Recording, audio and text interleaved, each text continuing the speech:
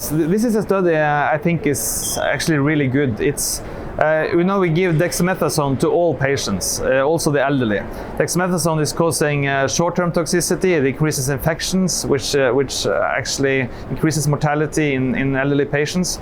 But it also works at the myeloma cells. So what we did here was that's the standard of care in this population today is daratumumab, Revlimid, dexamethasone.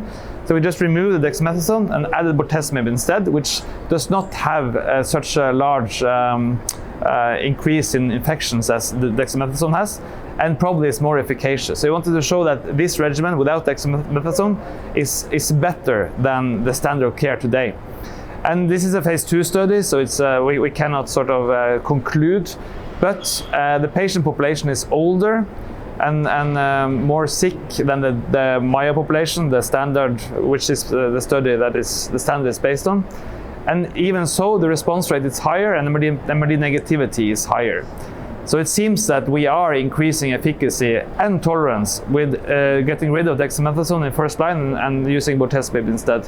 So I think next year we will present the PFS data and also see if they compare positively to the Maya data.